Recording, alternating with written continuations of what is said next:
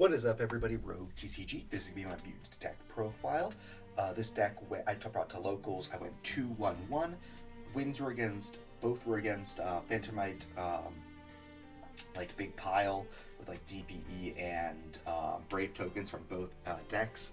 Loss was against Tri-Brigade Lyrilisk, and then tie was against Vampire. I'm just going to quickly get into the deck profile, not wasting any time.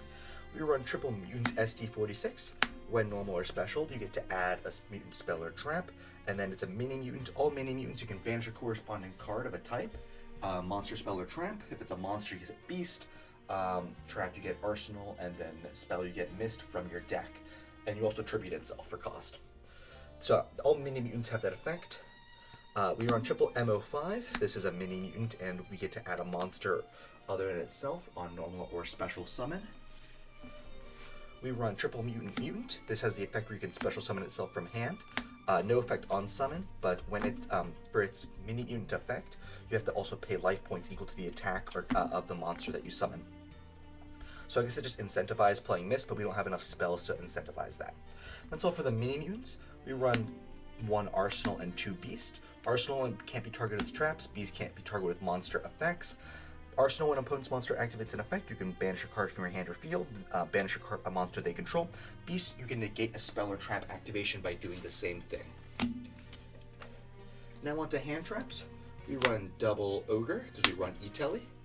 And we also run triple Dimension Shifter, because we don't care about stuff being banished, and a lot of decks do. Now onto spells. We run triple Extract for the draw power, since we run like running traps and floodgates. And we don't really care about the extra too much. We run triple e-tele just to get our mini mutants out.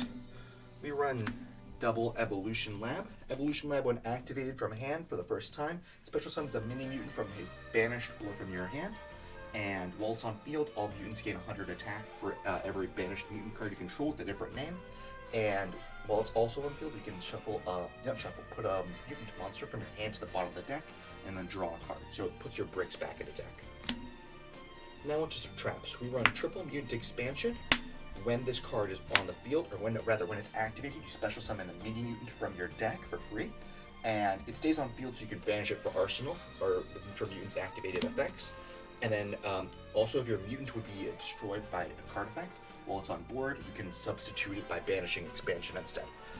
We run double Mutant Cry. This is essentially a Necro Fusion, except it uses field, banished, and graveyard, and shuffles them back into deck to fusion summon. So that's pretty good. We run 1 Macro Cosmos as our first floodgate. It banishes everything on the that would go to the graveyard. Really good. Triple Tikaboo. Tikaboo is just a very good card, and all of our cards are different types: Psychic, Beast, Machine, etc. We run triple Summon Limit, because we are typically only summoning 2 times per turn, and we don't really care about that. And then lastly, rounding out the deck, we run triple Imperm, just for spot negation, because we also can't really beat Apollosa.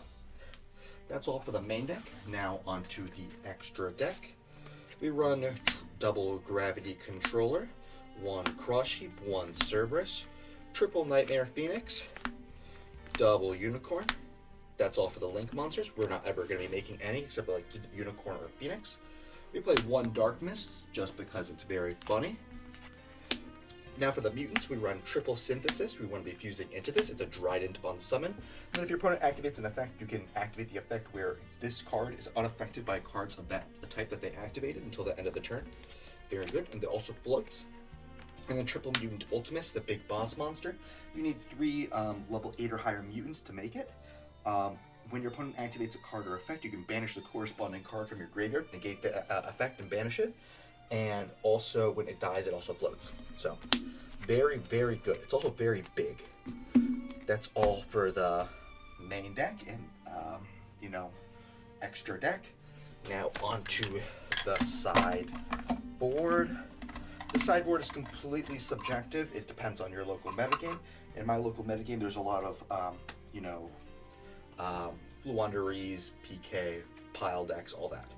So for Fluunderies and Ad Ignisters and stuff like that, we run triple Godarla. For generic, for macro decks, we run 1 Harpies, but we also don't really care about that too much. 1 Dark Ruler for combo decks, And then I really like running this very neat package for back row decks. We put in Artifact Ignition. This will also stop the Brave Token engine if we're going first. As well as artifacts of Double Scythe and Lancia, just so you put that up there. We also run Double Sanctum. So we can, for going second, we can put in Ignition. When going first, we can put in Sanctum. And then lastly, rounding out, we have double D-Barrier. Just against Sword Soul and stuff, and decks kind of like that. That's going to be all for the deck profile. Thank you guys so much for watching, if you guys did. If you enjoyed the video, please leave a like and subscribe. If not, please tell me how I can improve in the comments, and I'll see you all next time.